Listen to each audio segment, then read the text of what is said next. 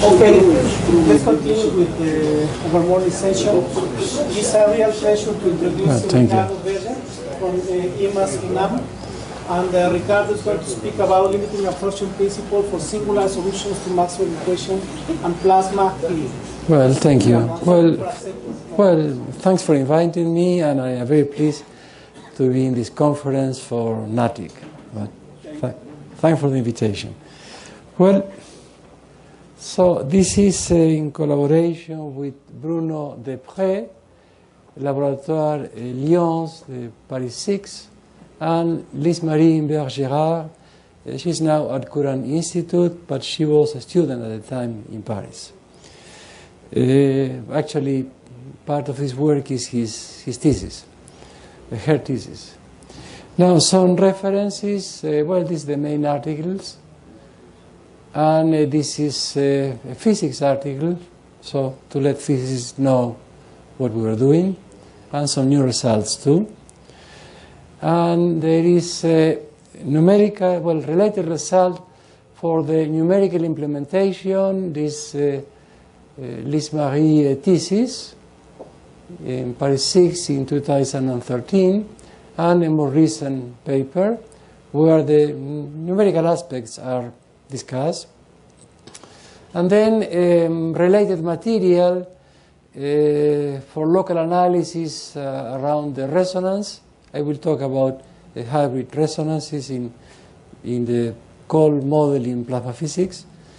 Well, this is in the case of analytic coefficients. You can use series expansions, and then you will see related results here.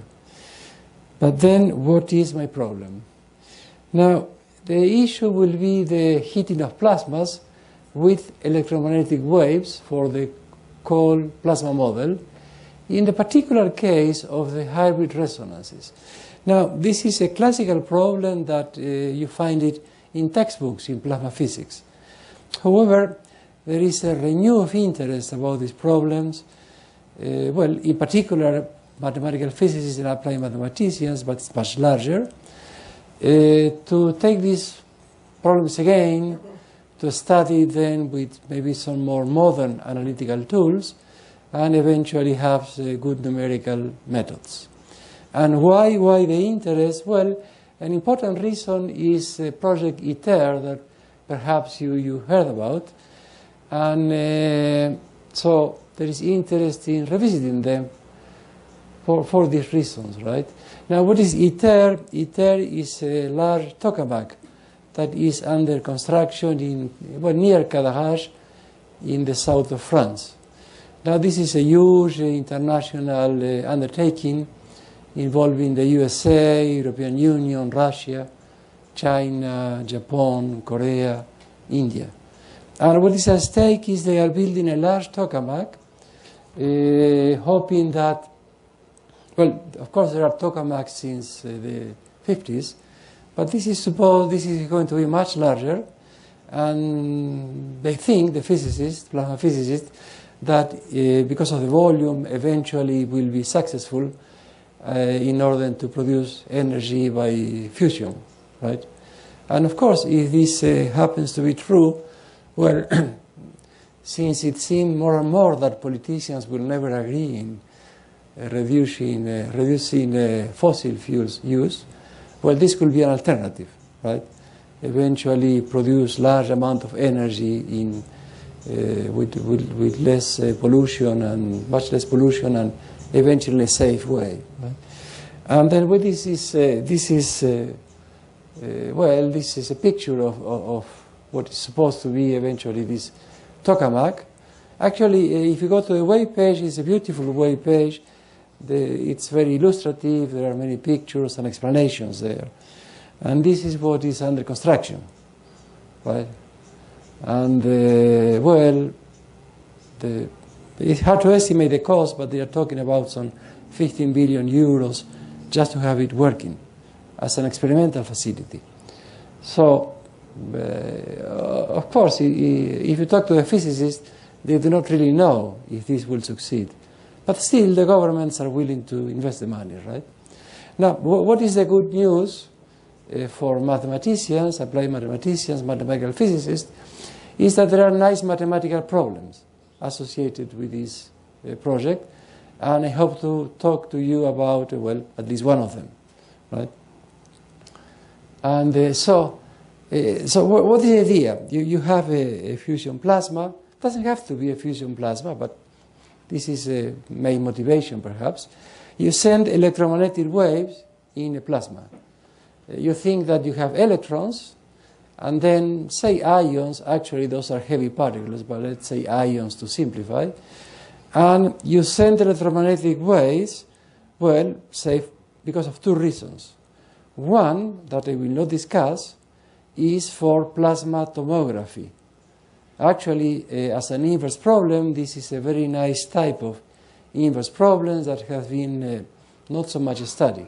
So you would like to obtain parameters of the plasma by the transmission and reflection of electromagnetic waves. But there is another reason, this is the one I will discuss. The electromagnetic wave will put the electrons to move. The electrons will collide with the plasma, the ions say, and then they will transmit energy to the ions. And eventually you will hit the plasma. And this, in the particular case of the hybrid resonance. It's called hybrid because there are two other resonances, the plasma and the cyclotron resonance, and this is somehow in between. And it's not a resonance in the quantum mechanical sense that we might be more used to, that corresponds to, well, poles in the scattering matrix or complex eigenvalues or, well, whatever. There are several ways to characterize them. This is a different type of resonance, and I hope I will explain you, well, what they are actually. Now, and why is it a problem in mathematical physics? Now, the solutions that hit the plasma are singular. And actually it's necessary to consider Maxwell's equation in a non-homogeneous and anisotropic media that do not belong to the standard classes that we know well how to analyze. Actually, the solutions are not even locally integral functions. The solutions that hit the plasma are distributions or delta function types or principal part. So this put us in a constant which is well interesting mathematically. And of course, originally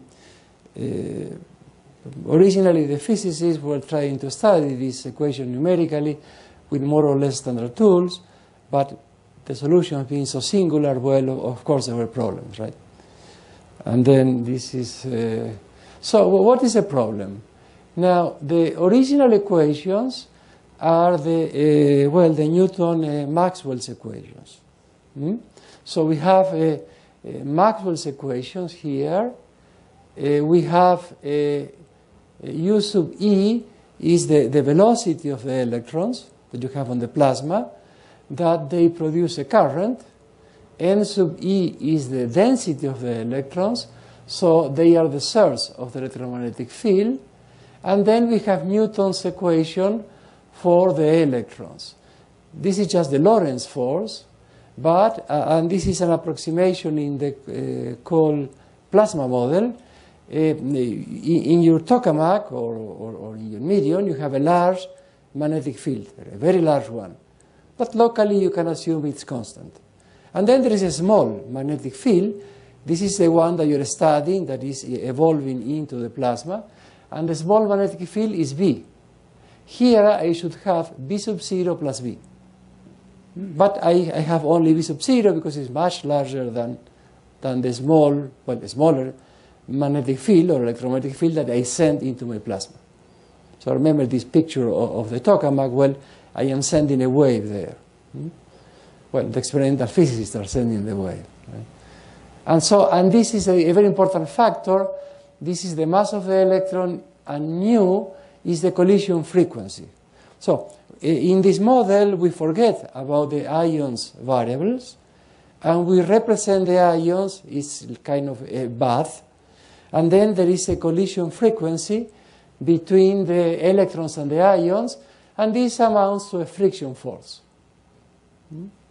Now, this collision frequency is a very small number, if I remember correctly, in units of the incoming frequency is 10 to minus 3, 10 to minus 4. So it's a very small parameter. Which is usually defined experimentally. It's usually defined experimentally, yes, and it depends in the particular conditions. But in the case of fusion plasmas, it's a very small parameter. Then the mathematical problem will be to study this in the limit when u goes to 0. And you would like to see that the limit exists, because that means that the solution stabilizes, and then you can use a small parameter as regularization. And for those who are familiar with limited absorption, well, this is going to be my small parameter. Okay? So, but now then this is the equation I have here, and then it is a standard procedure that you eliminate the electron variables, and then you end up with an anisotropic medium. So well, before that, we are saying a domain. This is the total energy in the domain, and the loss of energy is given by that. I am not taking into account boundary terms, right? So the loss of energy is this quantity that is transmitted to the plasma. So this is the total loss of energy of the electromagnetic field plus the electron in function of the collision frequency nu. And of course, this is the amount of energy that you transfer to the ions by energy conservation. Now you see here that if mu is 0, well, there is no energy. Q, the heating term is 0. And since we are going to take the limit when u goes to 0, if the solution remains regular, well, there's no heating. And actually this happens most of the time, unless you are in the hybrid resonance that I will discuss.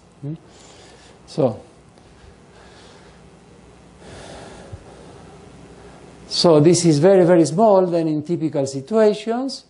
And then I will study this in the limit when nu goes to 0. Nu goes to 0. This will be my limited absorption. And in certain conditions, characteristic of the hybrid resonance, I am working now in the frequency domain, but if you're I will briefly discuss the time domain situation, and this is contained in the physics letters paper. So the bulk of the mathematical analysis is in the Journal Mathématiques Pure et Appliquées paper. So in certain conditions, for the hybrid resonance, the heating does not vanish for vanishing collision friction, and moreover, a large fraction of the energy of the incident wave, up to 95% for normal incidence, is actually transferred. So the numerical results actually show that well, this is could be quite an efficient method. And as I mentioned, also I could do a tomography of plasmas here. Actually, there's a huge literature in plasma physics, in plasma tomography, using this type of situation. Not so much mathematical literature, so for people interested in mathematical inverse problems, there are many open questions here. Basically, nothing is known on the mathematical level for the inverse problem. Okay. So, let's go to the frequency domain. Let's put it, say, in the x-axis. We eliminate the variables of the electron, and we have Maxwell's equation with this tensor. It's known as the Sticks tensor. This dielectric tensor has a name. You will find it in plasma physics books. And these are the parameters. Now this is the cyclotron frequency. This is the plasma frequency. N sub E is the electronic density. And this is the complex pulsation. Right? So far, time remains real. So I have not made time complex. Actually, this new parameter appears naturally because I have a collision with the ions. So then this is now the problem I wish to study, these equations. And why is not standard? Well, so we take omega different from omega c. Omega c is not a true singularity. The solutions remain bounded there. But we take it away anyhow. So, now let's say, okay, this is what we do. Now, in physical value of the fusion plasmas, so that we can assume nu is equal to 0. However, I will later make nu complex again. But let's think for a moment that it's 0. Well, then there are two pieces. There is this part here, which is the one I wish to study. So this part is the one that, well, corresponds to the hybrid resonance, and this is much easier, so this is just a standard acoustic problem. So if you only consider this part, well, you are just in a variable speed acoustic equation. But then we wish to study this piece here. So it's a TE or TM field, whatever you call it. So if you go to the upper Lex blocks in the dielectric tensor, so we take EX, EY, and EX, EY independent of C. So I will simplify. If you think I am local, I take a direction and I look in that direction, because then, of course, it's much easier. I will make a one-dimensional reduction. So this is then the vorticity is proportional to the magnetic field, just a definition. And then the constant here are these ones and these ones. They appear here in my tensor, dielectric tensor. Right? So this is a quantity named alpha and named delta. They are a function of x because the omega p depends on the plasma density. So I have an antenna, have an incident wave, and a reflected wave. This is x minus L, where I will impose a boundary condition that corresponds to some antenna. Right? And then I suppose the bulk magnetic field being constant, and then this will, density of electrons eventually is constant. The system will stabilize at infinity. So we consider this model. I am in 2 dimensions, x bigger than minus L, r just y real, and I give some boundary conditions, so this is the source of magnetic field in the wall of a tokamak, if you think. So this is a radiating antenna. Well, as I mentioned, in real tokamaks, this antenna is used to heat or to prove the plasma. And then I take a slab geometry. By introducing geometrical tools, you could consider more general situations. But we wish to analyze the singularity here. And this doesn't depend any much of the geometry. It's a local issue. So this is what it is. Now some assumptions. See, these assumptions, some of them are technical, but one of them, some of them are essential for the problem.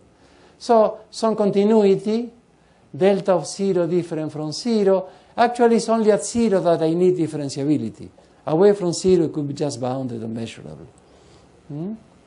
So, and the issue, and this is what corresponds to the hybrid resonance, alpha vanishes at a finite number of points where the derivative will not vanish. And I will take only one point. And where alpha vanishes, I will explain why, is where the resonance is lying, the hybrid resonance. So, but it's first order, 0. This is important. If it was second order, the theory will be completely different. So, and alpha vanishes then only one point. So, some differentiability. This is important. It is 0. Negative derivative could be positive. We take it negative. And then bounded by alpha minus and alpha plus, this could be negative. And well, this is just a technical condition, a bound on the derivative. I wish to control the derivative. And eventually, for x large enough, the system is constant coefficient, right? So this is true, and I make it coercive. So the problem is coercive. So ad infinity is going to be non-propagating. Could be propagating, but it's simpler if it is not. So eventually the solution will die out, but could be oscillatory. And this is an additional condition that expresses the fact that the length of the transition zone, where it's not constant, x equals 0 and 8, is small with respect to some of the other parameters of the problem. Ricardo, what do you mean by infinity? Because I thought that you consider that on the finite interval. No. Well, I could. And no, but you mentioned reflected waves. Then Or reflected by a medium. How they appear? Oh, well, because I have a non-homogeneous medium. At the end of the interval. No? Well, I mean, if it is constant coefficient, the only way you can have a reflection is if you have a boundary. Exactly. But here I am in a non-homogeneous medium. So, and then if you think in a potential, suppose the Schrödinger equation on the line with a potential. You have a transmitted wave, but you also have a reflected wave. So, I mean, if you wish to think in a simple model, think in Schrödinger scattering on the line. Then there is transmission, but there is reflection. Right. So the only difference is that my system is coercive at infinity, meaning it's physically non-propagating. But it's just technical. Could be oscillatory. I mean, I have a medium that eventually is absorptive. And then my solution goes to 0. But it could as well propagate. Right? So the issue is the singularity. I think I will consider plane wave solutions. And then things will be perhaps more clear. So then I have my function delta is like that, and my function alpha. So these are the two functions that appear in my dielectric tensor, Stick's tensor. Right? So and let's consider now a plane wave. Right? See? Suppose they are constant, and let's take a plane wave, and just C equal 1 for simplicity. The wave vector is absolute value times d with the direction of the plane wave. Now the phase velocity is this quantity, if you compute it. And then this is what is interesting here. Now, when the phase velocity is real, we are in a propagating region, oscillatory solutions, right? When the phase is pure imaginary, the phase velocity, it's a non-propagating region. And there are two cutoffs where you go, where the local phase velocity is infinite. But at the resonance point, the phase velocity is 0. Right? So this is something that is quite remarkable. Here you have the wave is propagating, and when you have the hybrid resonance, it stops. Since it is constant coefficient, also the group velocity will be 0. So eventually, you have the wave that stops at a point. This is where the hybrid resonance is. And then it's locally there, and of course it can transfer a lot of energy. And this is why it is a resonance. So actually, what happens, if you wish to compare with the standard electromagnetism,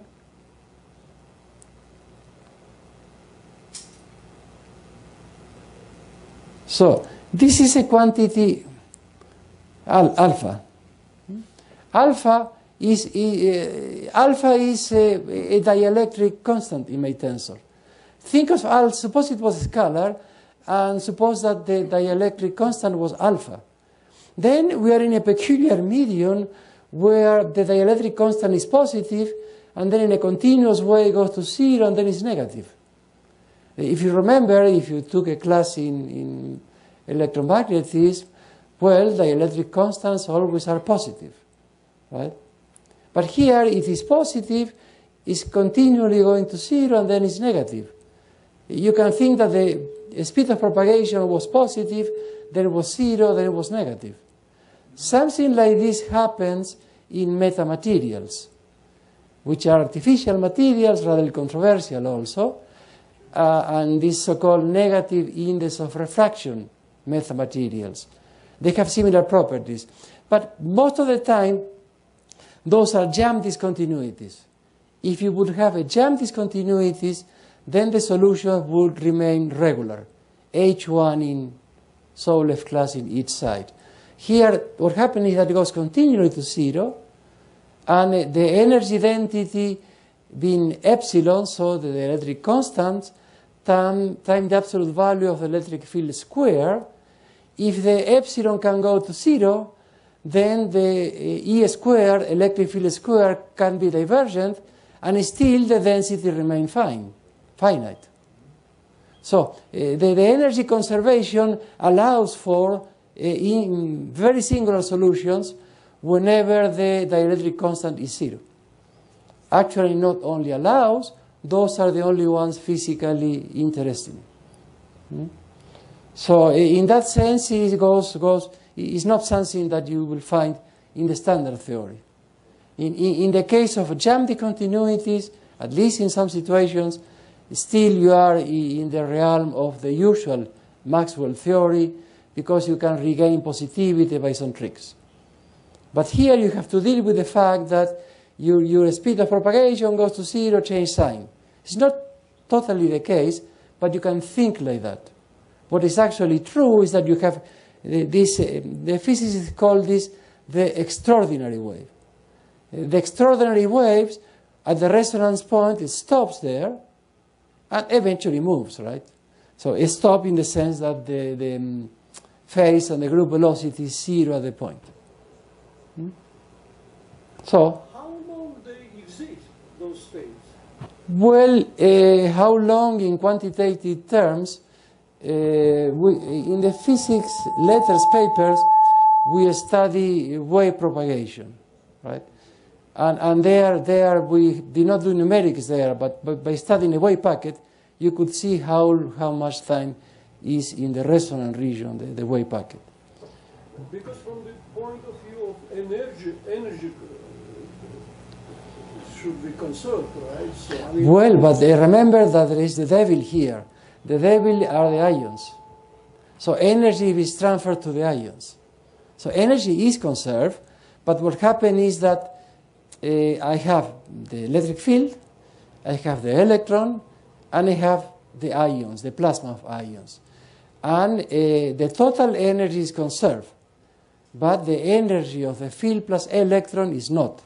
Because through collisions, there is energy transfer from the field electron system to the ions. Right? So there is no energy conservation. These equations are not conservative. The problem is not self-adjoint. But because of a good reason. Enough, you are still speaking about case when nu is 0, right? Well, I mean in a limiting sense. In a limiting sense. Right? I will take nu small and positive, and I will go to the limit. Okay. And I will see that on the limit, there is still heating. Okay. Right? But you could say, well, why do you wish to go to the limit? Just take nu so small and positive. But then I don't know if the solution stabilizes.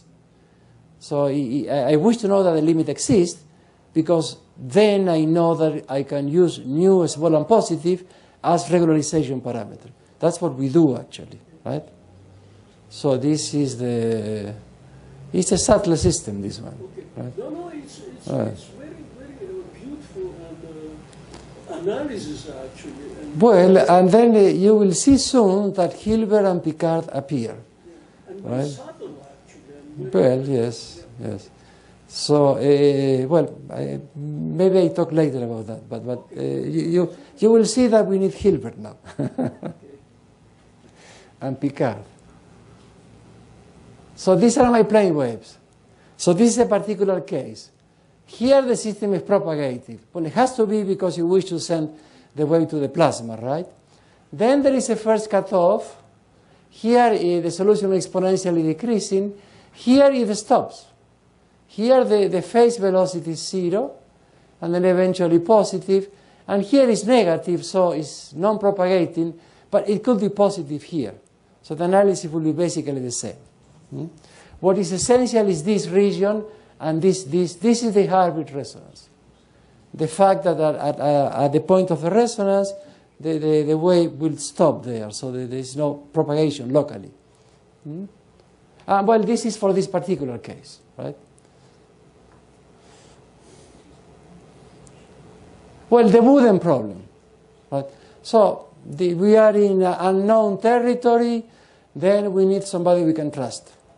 And we can always trust a explicit solution. And this is the Wooden problem. Actually, Wooden studied these problems. The similar situation appears in propagation in the atmosphere. And he was interested in that case. And then this particular example we show where the mathematical problem is lying. So let's take a delta like this. Let's define omega, this form. This is the exponential integral function. And well, this quantity alpha has this behavior. Right? So let me see, I have time. Well, I should go faster maybe. Okay. So this problem has a explicit solution. And then you see Ey is given by omega, so the y component of the field, and this remains bounded, and Ex has a singularity of this form, right?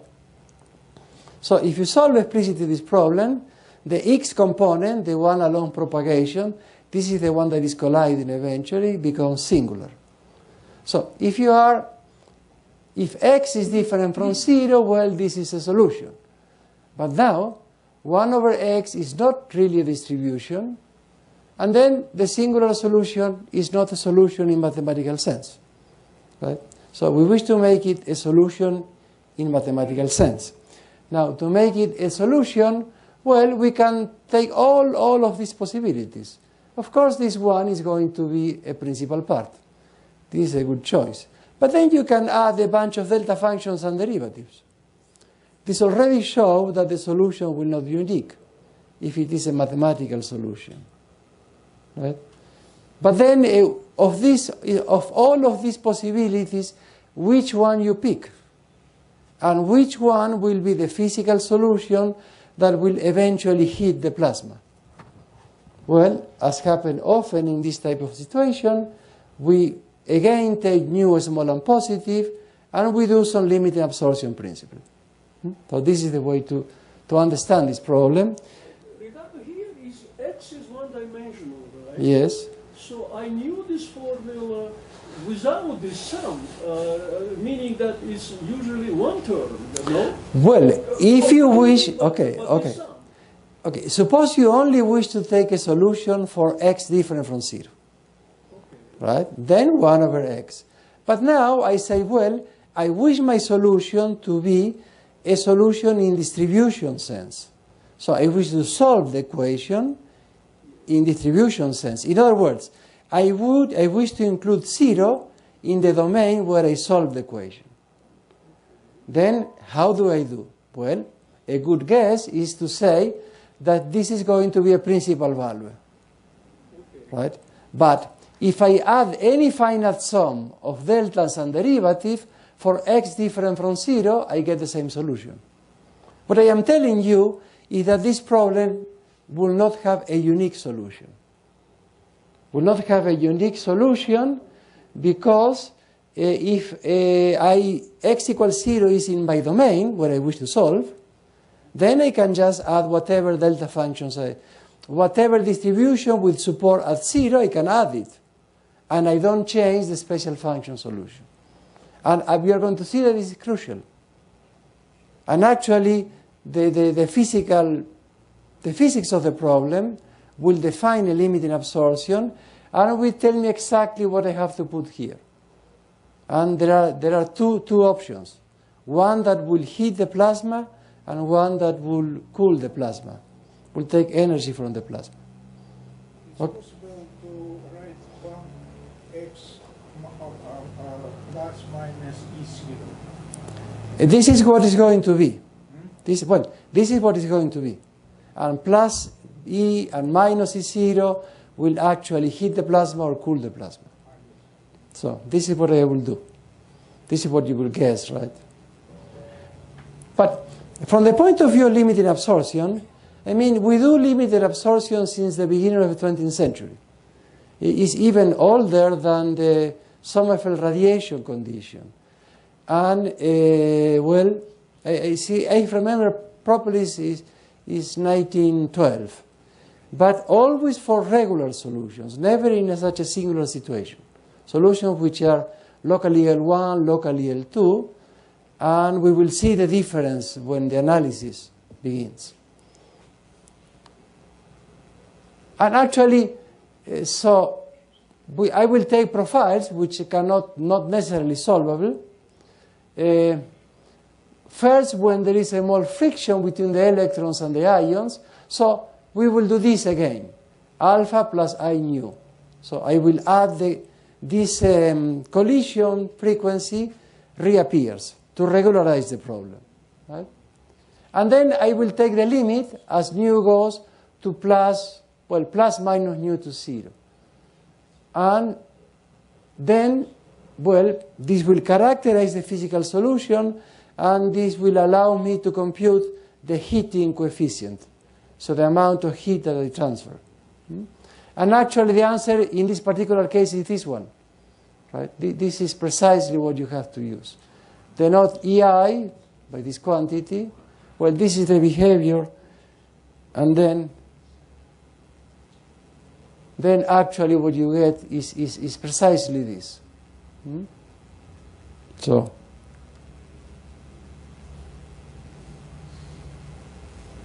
So the exact singularity will be this one. You need to have a minus here and minus plus I pi. So the minus will take energy from the plasma, the plus will give energy to the plasma. So this is what I will prove later, but it amounts to this. So the way you have to regularize is precisely this one and no other. So this is the one that heats the plasma, and this cools the plasma. So this is particular, and actually there is a Rayleigh uniqueness theorem associated to this type of solution. So general profiles, well, the differential system. Well, let's perform a Fourier transform in the y direction, and then you get these equations. Right? And, well, eventually I get a 2 by 2 system, which is this one. Right? Now, if nu different from 0, this is a nice matrix, non-singular, and this gives a meaning to the regularized problem. When nu is equal to 0, it's a singular system, and then, well, then you have to do something. So the matrix is singular when nu is equal to 0. But then you will have problems with Fourier transform. No, but I perform Fourier transform in y. So I have, all my coefficients are x dependent, and I did Fourier transform in y to make it one-dimensional.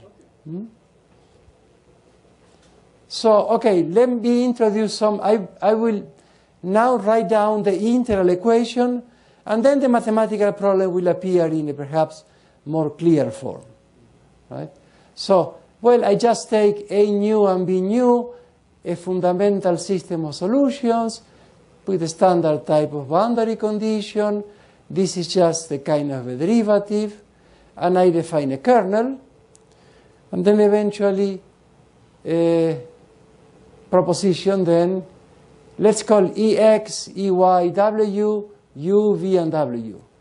Now, any solution of the regularized system of differential equations, linear, and meet the following integral representation. Just take any point, and then the x component has to solve this integral equation. You have the nu here, and I have the nu here. Remember that alpha of 0 is 0. And the right-hand side, well, it is just this quantity. These are two constants that correspond to the initial conditions. And, well, the V component is given then by this formula, and the vorticity by this formula. So eventually we have to study only EX. But which type of integral equation is this one? Well, okay, then this is how you compute A and B. That's just details, right? But then you have to solve an equation of this form, right? Now, when u is non-zero, this is just a standard integral equation. Now, but when u is 0, you have a singularity here, 1 over x, and also you have 1 over x here. Now, this is then a singular integral equation. Now, and this equation actually, well, my coworkers are in Paris, and they have many experts there in integral equations, and then they told us that actually Picard called them equation of the third type, and they were studied by Picard and by Hilbert, 1911, 1912. Then there were some results, also for plasma physics problem, but other type of problems, but there is not much work on them. Now, this is not a singular integral equation of, say, Mushkilishvili's type, right? Because you don't have regularity. If you have, say, Helder continuity, even in almost every weird sense, then there are many things you could do. But this is, I mean, this quantity here, in some cases, is not even bounded. So the integral kernel and the right-hand side are both singular, right? And even this kernel could not even be bounded. If G is 0, it's bounded, but it's not Helder continuous. So it goes beyond what is the standard class. And then the problems is interesting. But now, actually, those papers of Picard and Hilbert, actually, in the book by Hilbert, you will find some of the results, but the original papers are from 1912. It's interesting because, well, they already realized that the solutions are not unique. They already realized that, well, there were many solutions, and there were no distributions at the time. So they were talking about distributions without the language of distributions. And then what do you do with this type of equation? Well, in general, there's very little you can do. Now, if sorry, what singularities with respect to Z singularities in the kernel? Oh, well, I mean, okay. It depends. It depends. It depends. You have to pick a G, because then this defines the domain of integration. And then the main singularity is in X. In X, yes, in X. So it is a fixed singularity at the point X. Yes, this is the main singularity, right? So this makes it possible to analyze, right? The main singularity is there. But it depends in the G you take. We are going to take G equals 0 and G very large. And then the domain of integration changes, and since alpha is somehow, this is somehow, well, defined through solutions to this auxiliary equation, you have to look how the... if you go to the paper, this is a study there.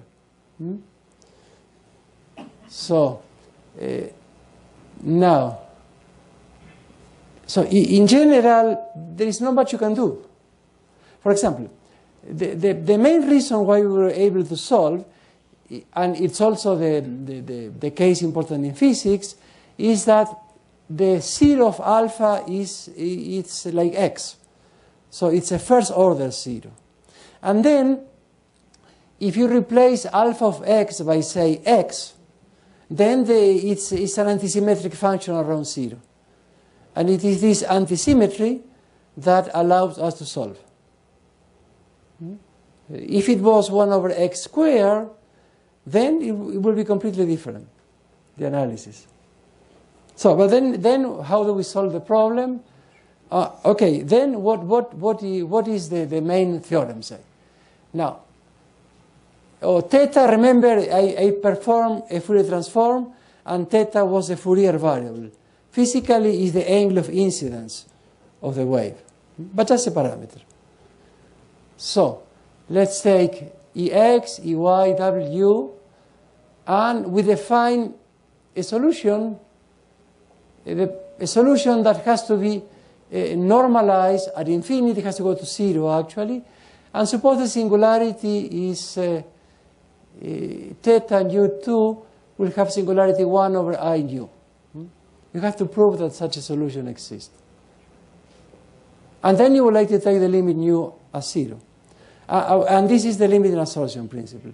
So first you prove that you have such an estimate. Right? That this solution, you extract the most singular part, and you prove that this is uniformly bounded. And, well, away from 0 is also in sublevel space H1. So this is the hard estimate.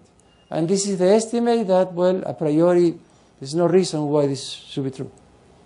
Because the way to analyze the problem is you go to the right, see, you go to the right where it's constant coefficient, you go to the left, you try to obtain a bound uniform to 0 in such a way that you can cross the singularity.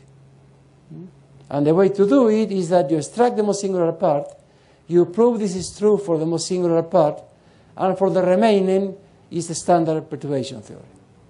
So this is how we work, and then the limit exists in weak sense because we have an a priori bound. Actually, numerically, we see that it's rather fast convergence, but mathematically it's weak limit, only in h minus 1, if you like. So in general, it converges to these quantities, right? So out of the many possibilities for distribution, this is the one that limiting absorption will pick. And this is the one when u goes to 0 through positive values. This is a delta function, well, principal value, right? And there is one with minus. So where this will be, say, minus I pi. And so, well, being a scattering theory people, I say, well, this after all is a scattering problem. But it's a two-channel scattering problem. There is one channel of scattering which is infinity, and there is another channel of scattering which is the singularity. If some of you are familiar with Pearson's potential, this is somehow like a Pearson potential in the sense that there is a point where part of a solution is absorbed at the point. And this is why you have to have two radiation conditions. There's one radiation condition at infinity and one radiation condition at the resonance, and then there is Rayleigh uniqueness. So the singular solution is the unique solution of the following system. Find U2, V2, W2 in L2, in L2, in L2, which satisfy the following system. Right? So we have the singular part, principal value plus delta functions, and then this is fixed by the physics of the problem, by the limiting absorption. And then for the regular part, you have to solve this type of equations. It's interesting because, well, eventually you could try to solve this directly, right? As you do with the standard Sommerfeld, Rayleigh uniqueness, Sommerfeld radiation conditions.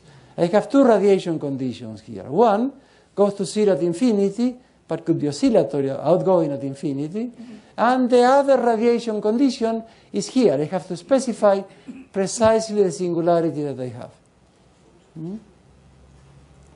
So, well, this is a discussion for those who like scattering theory. And, well, okay. Then representation of the solution. And then maybe I show you an estimate, which is before I have still some minutes, right? I think we are. Okay. Well, but then for those who like analysis, well, all the analysis is there, right? You have to... Carlos, take into account that we were interrupting. Sure. With questions, so take that into account, please. A very severe chairman I have, right? No, he doesn't. He's not so severe as he looks at. Well,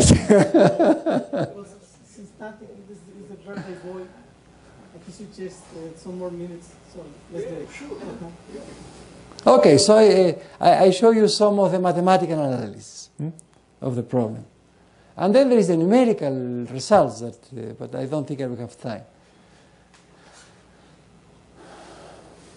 Well, this is the general representation, and then okay, eventually we come up with the formula for the heating coefficient that actually we did not find in the physics literature. Of course, the physicists did not have enough analytical tools to perform the whole analysis we are doing here, and they could not come up with a formula that can be numerical use. It is this one. Right? But just to mention, it exists. Well, large time asymptotic, this is the time domain analysis.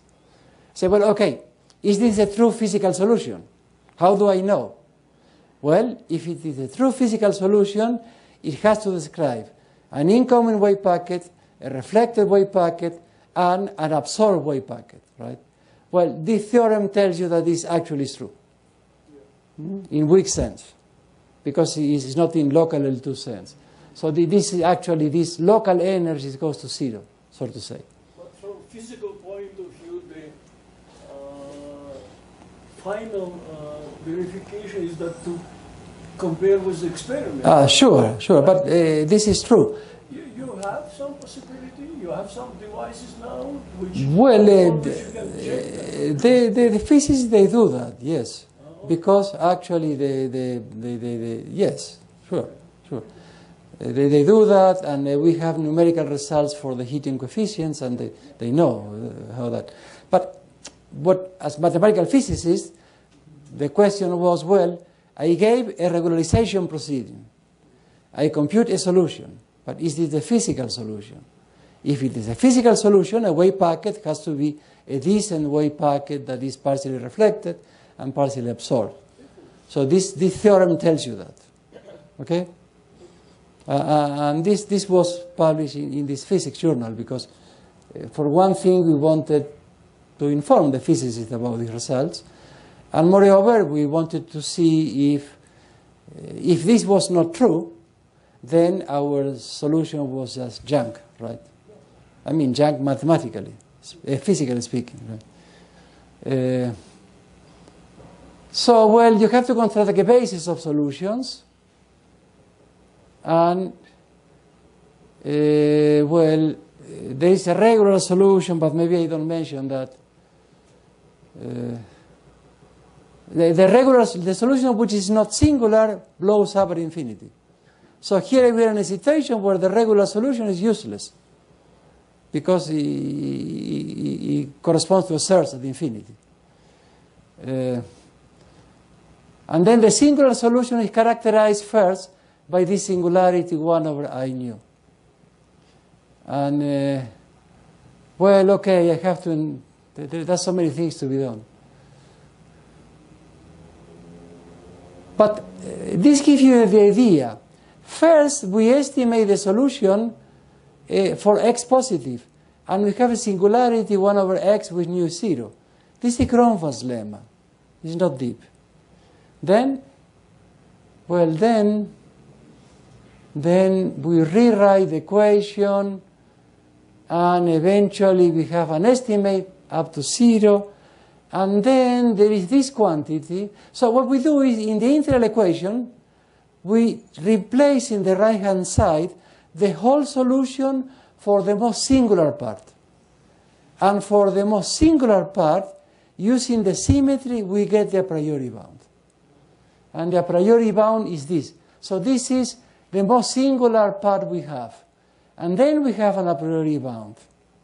But then for the difference, which is this minus the most singular part, then it's a regular equation. Right? But there's a lot of work to do this. But this is the idea, and this is how the problem is solved. If you compare with the standard limit in absorption, well, it's quite a different technique. The basic idea is similar, but I guess I will stop now because. But if you wish, well, let me show you then the numerical results. There's a lot of that on this thesis. Right? So here we have the solutions. Because once we know the limit exists, we can reintroduce nu as a numerical regularization, because we know there is convergence. And then this is what you get as the solution. The the nice oscillatory, you pick up the 1 over x, and eventually you see that this converges. But here you basically see this is mu is mu. Parameter calls mu here is mu actually. 10 to the minus 4, you really are very close to the limit. Here you keep the scale 10 minus 2, the scale constants. Well, thanks for your attention and congratulations for whatever reason. There is, right? More questions or comments, please?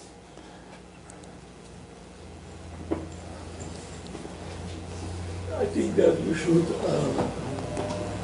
give him a chance to decide. If we ask now his questions, he will decide not to come to Cuernavaca. No, please, if you, I am very pleased you have more questions. I mean, right? No, thank you. Okay, you're welcome. We explained well. Well, thank you.